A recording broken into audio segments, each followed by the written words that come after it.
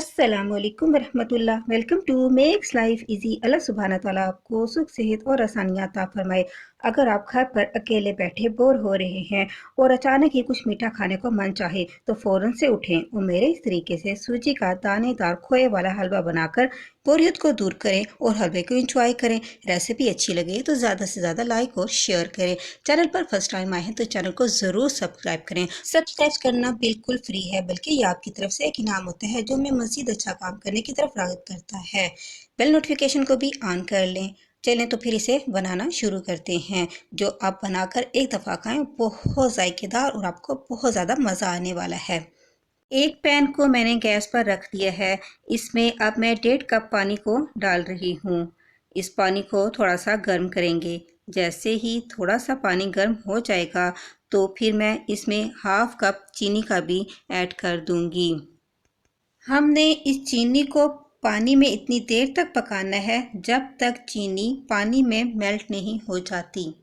इस चीनी से हमने 1 तार या 2 तार का शीरा नहीं बनाना। हमने इसे सिर्फ पानी में ही इतनी देर तक पकाना है जब तक चीनी मेल्ट हो जाती है। इस चीनी वाले पानी में अब मैं 2 इलायचियों को खोलकर भी इसमें शामिल कर दूंगी ताकि इस शीरे में इलायची की खुशबू अच्छी से रच बस जाए। अब मैं इस चीनी वाले पानी में 1 पिंच येलो फूड कलर को भी ऐड कर लूँगी। इससे हमारे हलवे में एक अच्छा सा कलर आ जाएगा। ये टोटली ऑप्शनल है।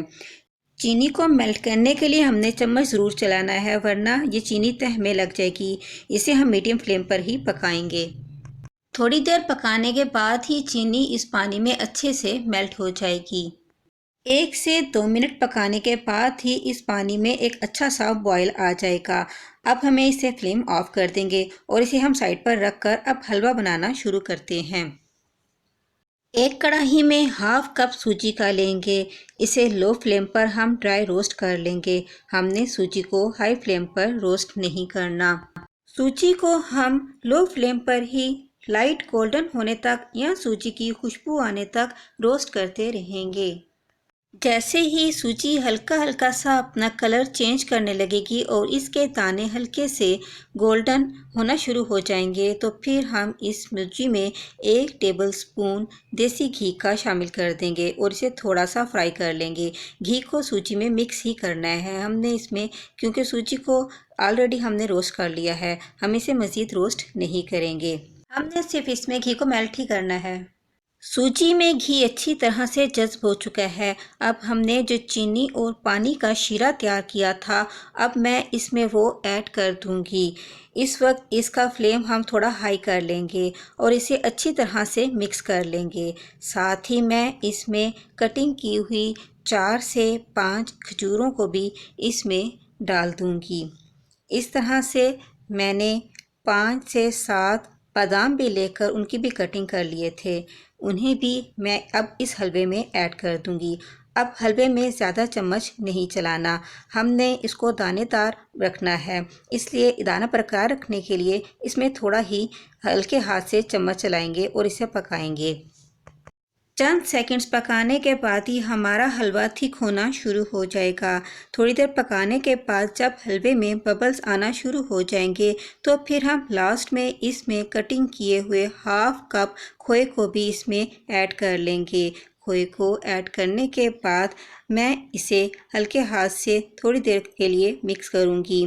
खोए से हलवे का टेस्ट बहुत ज़्यादा डिलीशियस हो जाता है और इसमें एक यूनिक सा फ्लेवर आपको फील होगा। हलवा अब थिक होना शुरू हो चुका है। इसे हमने मज़ीद थिक नहीं करना। ज़्यादा पकाने से ये बहुत ज़्यादा थिक हो जाता है। इसे थोड़ी देर ही पकाएंगे जिससे ये बहुत टेस्टी और दानेदार खोए वाला हलवा तैयार हो जाएगा।